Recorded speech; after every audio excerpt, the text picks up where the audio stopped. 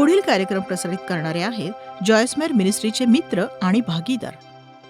एक सांगू, मला काय आढळून आलंय की जर एखाद्याला आनंदी राहायचं नसेल तर त्याला कोणीही आनंदी करू शकत नाही. हा निर्णय आपणच घ्यायला हवा की मी एक दयनीय जीवन जगणार नाही म्हणजे नाही.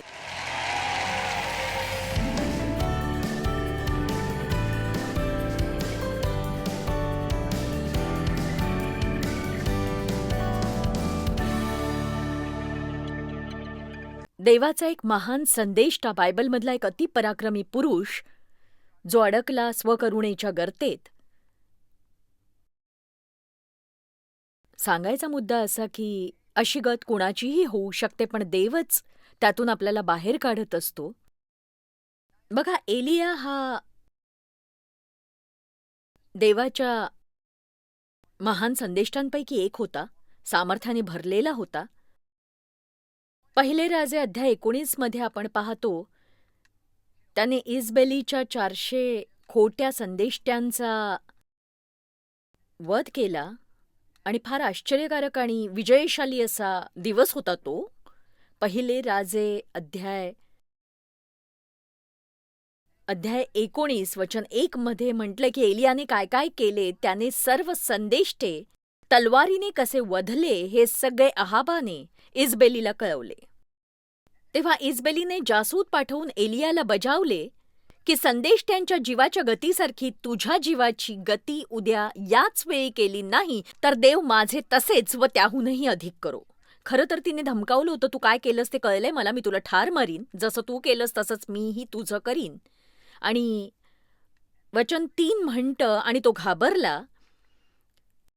बघा, ज्या माणसाने नुकताच स्वर्गातून अग्नी उतरताना पाहिला होता तो एका स्त्रीला का बरं घाबरला? का? बघा, हा एक वेगळा विषय आहे, आपण त्यात पडूया नको आत्ता. जर आई खुश नसेल तर कोणीही खुश राहू शकत नाही. आणि बघा, एलिया खूप थकलेला होता. त्याने मोठी सेवा केली होती. जर तुम्ही बायबलचा अभ्यास केलात तर कळून येईल की त्याने एक हाती त्या सगळ्या 400 खोट्या संदेष्ट्यांचे तुकडे केले होते. आणि मी कल्पनाच करू शकत नाही की त्याची किती शक्ती यासाठी खर्ची पडली असेल. त्याने केलेलं काम फारच मोठं होतं. त्याने शक्तिशाली प्रार्थना करून आग बोलावली, सगळं काही थक्क करणारं असं होतं. आणि प्रभूची स्तुती असो, म्हणजे बघा, संमेलन झाल्यानंतर मी असं म्हटलं, काम फत्ते झालं काम, एक महान कार्य घडून आलं, हालेलुया. 800 लोकांचा उद्धार झाला, अद्भुत असं काही घडलं, लोकांची आयुष्य बदलली. कधी कधी वचन सेवा केल्यानंतर मी इतकी थकते, कधीतरी वाटतं की आयुष्यात पुन्हा कधी झोपच लागणार नाहीये मला, कधीच नाही. पण मग बाहेर जाऊन मॅक्रोनी आणि चीज खाल्लं की जरा टवटवी येते. सहसा मी असं काही खात नाही, पण कधीतरी शरीराला कुरवाळं असं वाटतं. आजही मी तेच केलं. तुमच्यावर शब्दांचा असा भडीमार केल्यानंतर मी हॉटेल रूमवर गेले आणि मनात विचार केला, इतकी कशी काय थकू शकते मी? पुन्हा हेच काम मी करू शकते का कुणास ठाऊक. 2 तासाची झोप घ्यायची आणि पुन्हा इथे हजर व्हायचं. बघा, एलिया थकला होता, पण एक गोष्ट सांगू का मी? बघा, मी हे तुम्हाला फार गांभीर्याने सांगते की जर तुम्ही व्यवस्थित झोप घेतली आणि स्वतःला आनंदी ठेवण्यासाठी काही जर केलं तर बरेच प्रश्न सुटतील. नक्कीच हसत जा थोडंसं.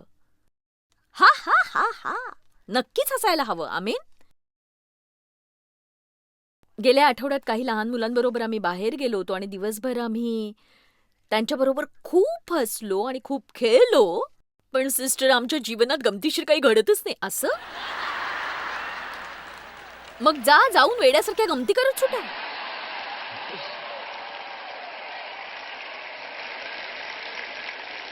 एक सांगू, मला काय आढळून आलंय की जर एखाद्याला आनंदी राहायचं नसेल तर त्याला कोणीही आनंदी करू शकत नाही. हा निर्णय आपणच घ्यायला हवा आहे की काहीही झालं तरी मी एक दयनीय जीवन जगणार नाही. कुणी स्वतःसाठी आज हा निर्णय घ्यायला तयार आहे का? मी एक दयनीय जीवन जगणार नाही.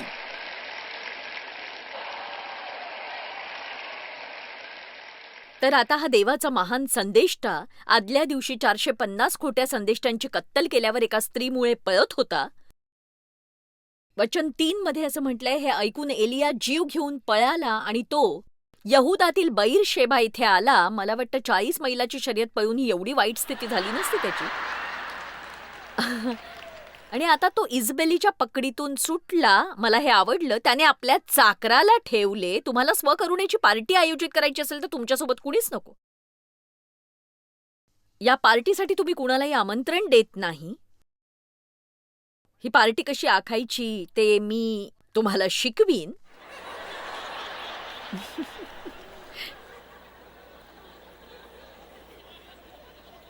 तो स्वतः रानात एक दिवसाची मजल चालून गेला. तुम्हाला स्वकरुणेची पार्टी करायची असेल तर जागाही तशीच हवी ना. आणि तो एका रतामाच्या झुडपाखाली जाऊन बसला. रुतामाखाली बसला. एकटाच, दुसरं कोणीही नव्हतं. खूप छान दिसतं ते. फारशी पानं नसलेल्या झाडाखाली एकटा बसला होता तो. हा मनुष्य आणि तो चहूकडे पसरलेल्या रेतीकडे पाहत होता. मग तो म्हणाला की हे देवा, माझा अंत कर आता. हे आता पुरे झालं. आता हे प्रभू, माझा प्राण घेऊन टाक. मी माझ्या वाडवडिलांहून चांगला नाही. तो त्या झाडाखाली झोपी गेला. तेव्हा एका देवदूताने त्याला स्पर्श करून म्हटले, उठ आणि हे खा. बघा, स्वकरुणेची पार्टी हवी असेल तर भोजनही हवंच, नाही तर उपवास घडेल, नाही का. माझी वैयक्तिक करुणेची पार्टी चालते तेव्हा मी नाही खात. मी उपोषणाला बसलेली असते आणि कोणी किती गळ घातली तरी मी खात नाही. पण काही लोकांना खायला आवडतं. तर देवदूताने एलियासाठी भाकर आणली आणि मला वाटतं की भाकर चांगली असते. त्याने पाहिले तो पहा, वचन 6, त्याने पाहिले तो पहा, निखाऱ्यावर भाजलेली भाकर आणि पाण्याची एक सुरई तेथे ठेवली होती. तो खाऊन पिऊन झोपी गेला. आणि मग देवाच्या दूताने पुन्हा दुसऱ्यांदा त्याच्याकडे येऊन त्याला स्पर्श करून म्हटले, उठ आणि हे खा, कारण तुला खडतर प्रवास करायचा आहे. बघा, इथे आपल्यासाठी छान संदेश आहे. एलियाला जे हवं होतं ते मिळालं, कारण त्या परिस्थितीत त्याला हवी होती एक निवांत झोप आणि पोटभर जेवण. तो सतत स्वतःचीच कीव करत होता. आणि मग तो एका गुहेकडे आला आणि तो गुहेत गेला. बघा, गुहेतलं वातावरण दुःखी होण्यासाठी छान असतं. बघा, देवाचं वचन त्याच्याकडे आलं, हे छान आहे. तू इथे काय करतोयस एलिया?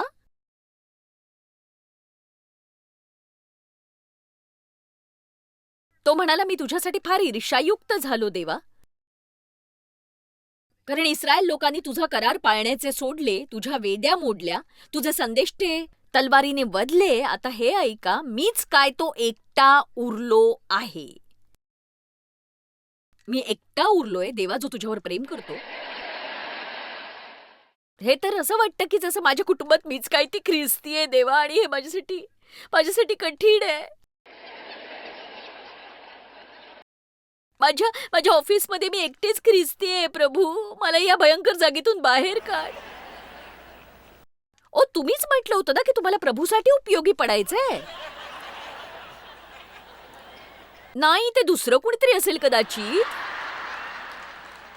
आणि मग देव त्याला म्हणाला, वचन 11, तू इथून बाहेर निघून पर्वतावर परमेश्वरापुढे उभा राहा. तेव्हा पहा, परमेश्वर जवळून जात असताना त्याच्या समोरून मोठा सोसाट्याचा वारा सुटून डोंगर विदारत व खडक फोडत होता. आणि बघा, देव सगळं काही फोडत होता. आणि तुम्हाला वाटलं असेल की हे पाहून एलिया सरळ झाला असेल, पण 12 मिनिटं भूमिकंपानंतर अग्नी प्रकट झाला. पण त्या अग्नीतही परमेश्वर नव्हता. मग त्या अग्नीनंतर एक शांत मंद वाणी झाली.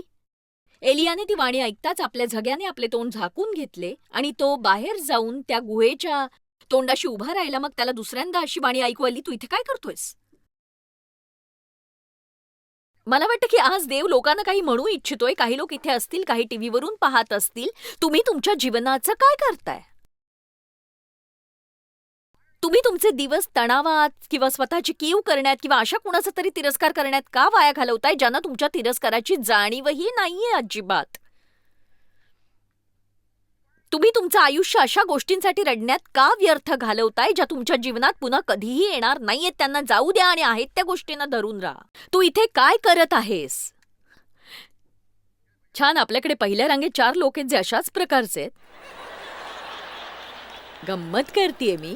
वचन 14 मग तो म्हणाला, बघा तू पुन्हा तेच बोलतोय. देवा, मी तुझ्यासाठी फार ईर्ष्यायुक्त झालो, कारण इस्रायल लोकांनी तुझा करार पाळणे सोडले, तुझ्या वेद्या तोडून टाकल्या. तेच जुनं गाणं नवीन गाणं गायला हवं, मीच काय तो एकटा उरलोय. आणि पुन्हा पुन्हा तेच तेच घोकून झाल्यावर वचन 15 मध्ये देव त्याला एवढंच म्हणतो की उठ आणि कामाला लाग. तू जाऊन अमक्याला राजा कर, मग तमक्याला राजा कर, आणि हे करत असताना अलिशाला तुझ्या जागी संदेष्टा होण्यासाठी अभिषेक कर. माझी जागा दुसरा घेणार आहे, सावध व्हायला हवं.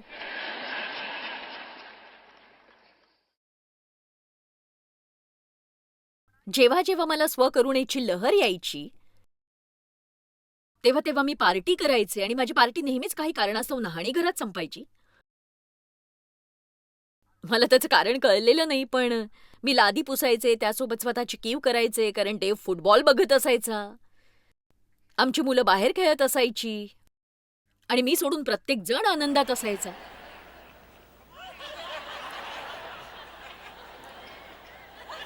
काय पटतंय की नाही? माझे इथे कोणी नातेवाईक आहेत का? सगळे खुश आहेत. मी पूर्ण आठवडा कष्ट करून सगळं स्वच्छ करते आणि तुम्ही मात्र सुट्ट्यांमध्ये येऊन इकडे तिकडे लोळता, फुटबॉलची मॅच बघत राहता, गोल्फ खेळता, मुलंही खेळतात. पण माझी कुणाला पर्वा आहे का? कुणालाच नाही. आहे कुणाला माझी पर्वा? आहे माझी पर्वा? कुणालाच पर्वा नाहीये माझी. ओ,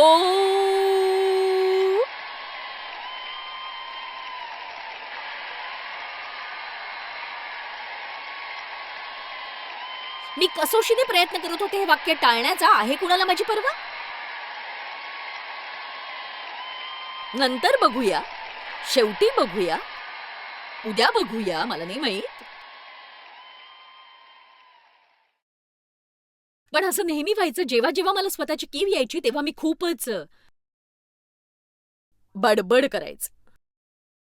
इथे अशा स्त्रिया आहेत का? काम करता तुम्ही आणि बघा, तुम्ही आवाज करता, दारं आणि खिडक्या जोरजोरात आपटता, सगळ्यांसमोर मोठ्याने व्हॅक्यूम क्लीनर चालवता,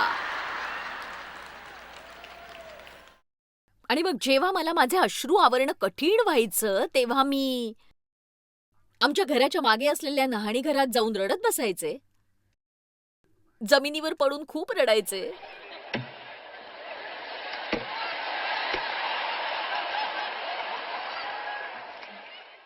अशी छान रडत राहायचे मी, खूपच रडायचे.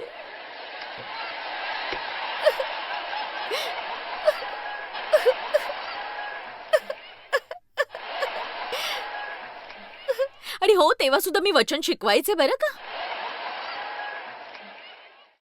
वचन शिकण्यासाठी 5 वर्षांपासून 25 लोक माझ्या घरी नियमितपणे येत होते.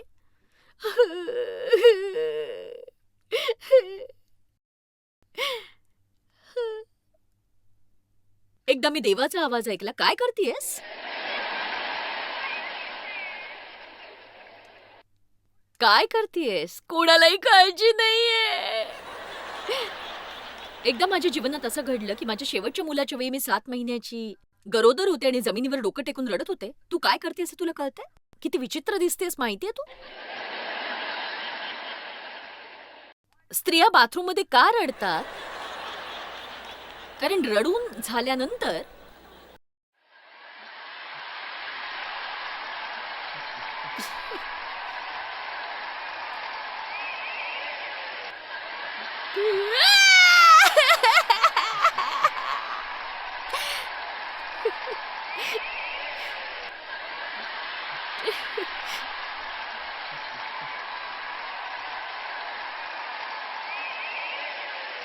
चेहरा इतका विचित्र दिसत असतो. म्हणजे काजळ पसरलेलं असतं, डोळे लाल झालेले असतात, इतकं वाईट दिसत असतं ते, आणि तुमचे केस सुद्धा विस्कटलेले असतात, आणि मग असं असतं. आणि मग मी काय करायचं ते सांगते की देव जिथे असायचा ना त्या खोलीत मी जायचे.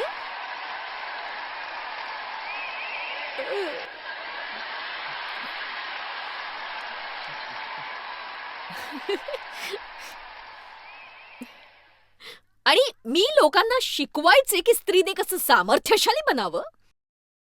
बघा, घरात दयनीय असलेले पुलपीठावर निष्फळ ठरतात.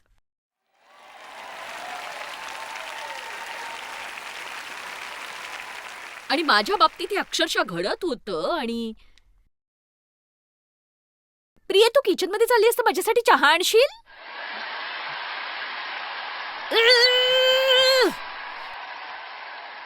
जेव्हा तुम्ही खूप लक्ष वेधू पाहता ना, तेव्हा तुमच्याकडे कुणाचंच लक्ष नसतं आणि तेव्हा खूप राग येतो.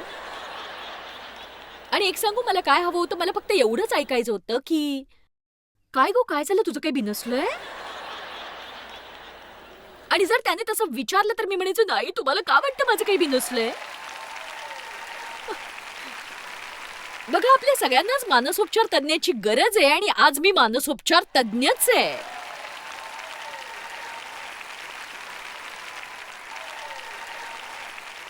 बघा, मी हा संदेश सेंट लुईसहून इथपर्यंत खास तुमच्यासाठी आणलाय.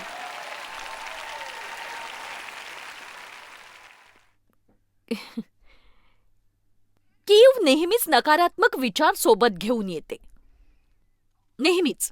त्यामुळे तुमच्याकडे नसलेल्या गोष्टींची खंत तुम्हाला सतत जाणवते. मी तुम्हाला 2 जुळ्यांची गोष्ट सांगते. 2 जुळे भाऊ अगदी एकसारखे होते, फक्त त्यातला एक आशावादी होता, एक निराशावादी होता. ते अगदी सारखे दिसायचे, त्यांची उंचीही सारखी होती. त्यातला एक निराशावादी होता, एक आशावादी होता. आई-वडील काळजीने त्याला डॉक्टरकडे घेऊन गेले, तर डॉक्टरने म्हटलं की यावर्षी त्यांच्या वाढदिवसाला तुमच्या निराशावादी मुलाला एक महागडी रेसिंग सायकल भेट द्या आणि आशावादी मुलाला शेणाचा एक डब्बा द्या.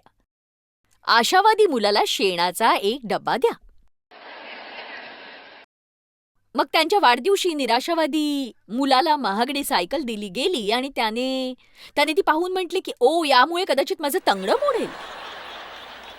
आशावादी मुलाने शेणाचा डबा उघडला आणि क्षणभर विचार केला आणि आनंदाने उड्या मारत तो बाहेर पळाला आणि तो म्हणाला, तुम्ही मला फसवू शकत नाही, एवढं शेण आहे म्हणजे वासरूही असणारच आहे नक्की.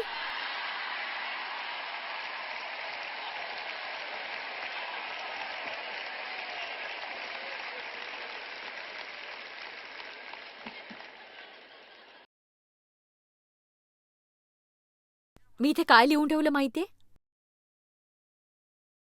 नकारात्मक स्थितीतही सकारात्मक विचार करायला शिकणं ही तुम्ही तुमच्यासाठी करत असलेली एक सर्वोत्तम अशी गोष्ट आहे. मला हे वाक्य फार आवडलंय आणि मी हेच वाक्य आता फेसबुकवर टाकणार आहे. सकारात्मक विचार मनात यायची वाट पाहून नका, तुमचे विचार तुमच्याच हातात आहेत. सकारात्मक विचारच निवडा. सगळ्या बाजूने निराशा येऊनही अब्राहम निराश झाला नाही, कारण त्याने विश्वास धरला. दावीद म्हणाला, जिवंतांच्या भूमीवर मी परमेश्वराचा चांगुलपणा पाहीन असा विश्वास मी न धरला तर कसे होईल. काही लोक कटू कटू आठवणींचा साठा असतात आणि ते आपल्या मनामध्ये सगळ्या कटू कटू आठवणी साठवून ठेवतात, म्हणजे त्यांच्यावर झालेले सगळे अन्याय ते आठवतात. ते स्वतःची कीव करतात आणि त्यांच्यावर झालेल्या प्रत्येक अन्यायाची आठवण ते जपतात. लोकांनी त्यांच्यासाठी जे नाही केलं ते सगळं, त्यांनी उपसलेले सगळे कष्ट, त्यांनी बुडवलेला हक्क, हे सगळं ते आठवत बसतात. ते अशा लोकांना शोधतात जे त्यांना सहानुभूती दाखवतील आणि त्यांना तसं कोणी मिळालं नाही तर ते स्वतःची कीव करण्यातच धन्यता मानतात. पण एक सांगू, तुमच्यावर कितीही अन्याय किंवा अत्याचार झाले असले तरी तुम्हाला स्वतःसाठी न्याय कधीच मिळणार नाही. तुम्हाला दुखावणाऱ्या लोकांचा बदला घ्यायचा प्रयत्न करू नका तुम्ही, कारण तसं केल्यामुळे तुम्ही स्वतःला जास्तीत जास्त दुखवत असता. पण देव यथार्थ न्याय करतो आणि देवच तुमचा यथार्थ न्याय करील. एके दुपारी मी माझ्या खुर्चीत बसले, काहीतरी शोधू लागले. मी माझ्या महाशब्दकोशात प्रतिफळ हा शब्द शोधू लागले आणि मी पुष्कळसे शास्त्रभाग वाचले ज्यात म्हटलंय, देवाला झटून शोधणाऱ्यांना तो प्रतिफळ देत असतो आणि जेव्हा तो येईल तेव्हा त्याच्या हाती प्रतिफळ असेल आणि विश्वासूपणे त्याची वाट पाहणाऱ्या लोकांना तो प्रतिफळ देतो. लक्षात ठेवा की जर तुम्हाला कोणी दुखावलं असेल आणि याला कोणी अपवाद नाहीये, तुम्ही जर प्रभूवर विश्वास ठेवला असेल आणि त्याची वाट पाहत असाल, तुम्ही जर कटुतेने भरले गेले नसाल, तुम्ही मनातल्या मनात दुसऱ्या लोकांना दोष देत नसाल, तुम्ही कटू भावना कुरवाळत स्वतःची कीव करत नसाल, तुमचं प्रतिफळ येतंय, भरपाई येतीये. आमेन. तुम्ही एकाच वेळी दयनीय आणि शक्तिशाली दोन्ही असू शकत नाही, त्याचा काहीही फायदा नाही. मी स्वतःलाच हा संदेश देते की याचा लाभ आणखी कुणाला तरी होतोय, सांगा. कटुता गोळा करण्यापेक्षा आपण आशीर्वाद गोळा करणारे झालो तर काय होईल सांगा मला तुम्ही. आजपासून तुम्ही आशीर्वादांची एक वही बनवा. प्रत्येक लहान मोठी गोष्ट त्यात लिहा जी देवाने तुमच्यासाठी केली आहे, ज्या प्रार्थनांची उत्तर मिळाली आहेत. जेव्हा तुम्हाला स्वतःची कीव करावीशी वाटत असते तेव्हा तेव्हा ती वही काढून वाचा. तणाव समोर असताना दावीद राजा स्वतःशी बोलायचा. दावीद राजा म्हणतो, हे माझ्या जीवा तू का खिन्न झालास? परमेश्वराची आशा धर. दुसऱ्या शब्दात मी कधी कधी म्हणते की ठीक आहे जॉय, शांत राहा. आपण आज तिकडे जाऊया. नको, आज नाही. तुमचे आशीर्वाद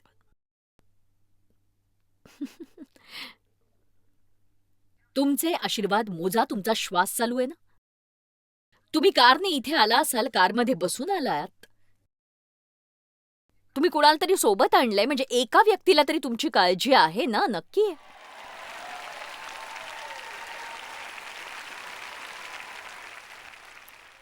तुम्ही आज घरी जाल, अल्पोपहार घ्याल आणि आरामदायक बिछाण्यावर ताणून द्याल. तुमचं कदाचित तारण झालं असेल, नसेल झालं तर बाहेर जाण्यापूर्वी तारण मिळवा तुम्ही.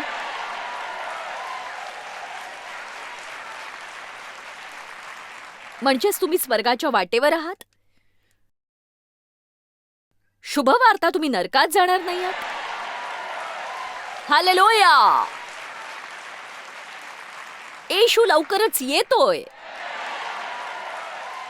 एक सांगू, आज मी माझ्या जीवनातल्या काही आध्यात्मिक आशीर्वादांविषयी विचार करत होते. माझ्या आईवडिलांकरवी मला वाईट वागणूक मिळाल्यानंतर आणि माझ्या जीवनात अनेक त्रासदायक गोष्टी घडल्यानंतरही मी आज इथे उभं राहून म्हणू शकते, माझ्या मनात मुळीच कटुता नाहीये. हा आशीर्वाद आहे. आणि एवढंच केवळ नव्हे तर माझ्या जीवनात घडलेल्या या गोष्टींविषयी ऐकून इतरांनाही उभं राहावंसं वाटतंय. जर तुम्ही आत्मकरुणा व्यसनी आहात तर तुम्ही एखाद्या मिशनवर जायला हवं. तुम्हाला लवकर विजय मिळेल. आणि तसं जमत नसेल तर शहरातल्या अशा आतल्या भागात जा जिकडे लोकांकडे काहीही नाहीये आणि तिथेच 5-10 मिनिटं घालवा. तुम्हाला जरूर विजय मिळेल.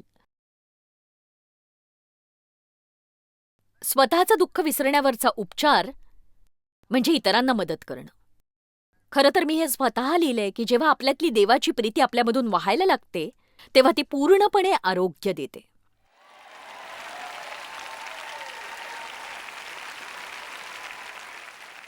मी तुम्हाला एक लहानशी गोष्ट सांगणार आहे. चॅड नावाच्या एका मुलाची. तो लाजाळू आणि शांत होता.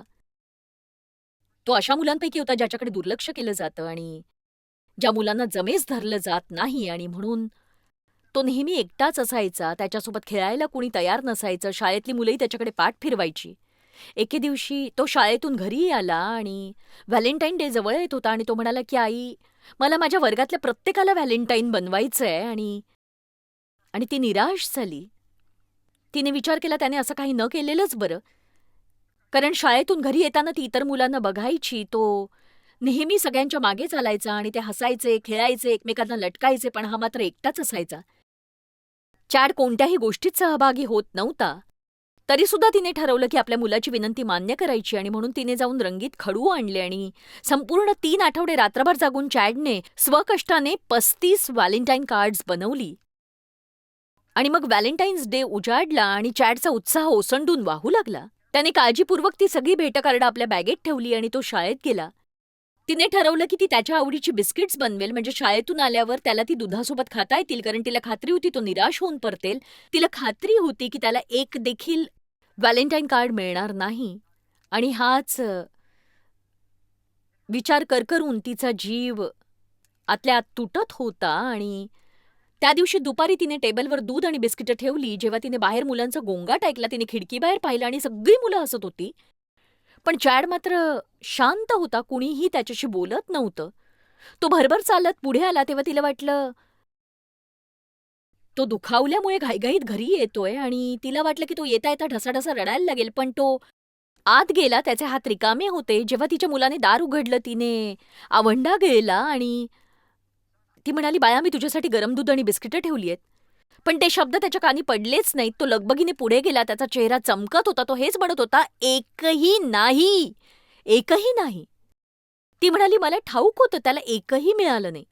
तो म्हणाला, आई, मी कुणालाही विसरलो नाही. मी प्रत्येकाला व्हॅलेंटाईन दिलं. मी एकालाही विसरलो नाही.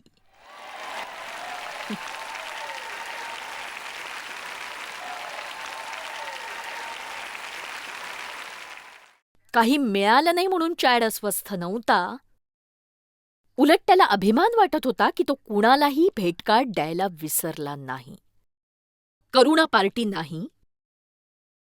चॅडने ती साजरी केली नाही. मलाही असंच जगावंसं वाटतं.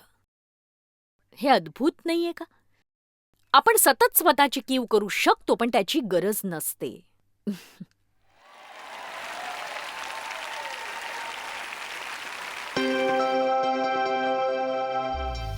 जॉयस मायर मिनिस्ट्रीज करता तुम्ही खूप मौल्यवान आहात. आम्हाला तुमचं कौतुक आहे आणि जगभरामध्ये हे सेवा कार्य शक्य करण्याकरता आम्ही आमच्या मित्रांचे आणि पार्टनर्सचे आभारी आहोत. आम्ही एकत्रितपणे भुकेल्यांना खाऊ घालतो, गरिबांना वस्त्र देतो आणि राष्ट्रांना सुवार्ता सांगतो. तुमच्या प्रार्थनेच्या विनंती करता आमच्याविषयी आणखी माहिती मिळवा. जॉयसच्या कॉन्फरन्सच्या तारखा पहा आणि ख्रिस्ताची प्रीती जगभरामध्ये पसरवण्याकरता आमचे सहभागी व्हा.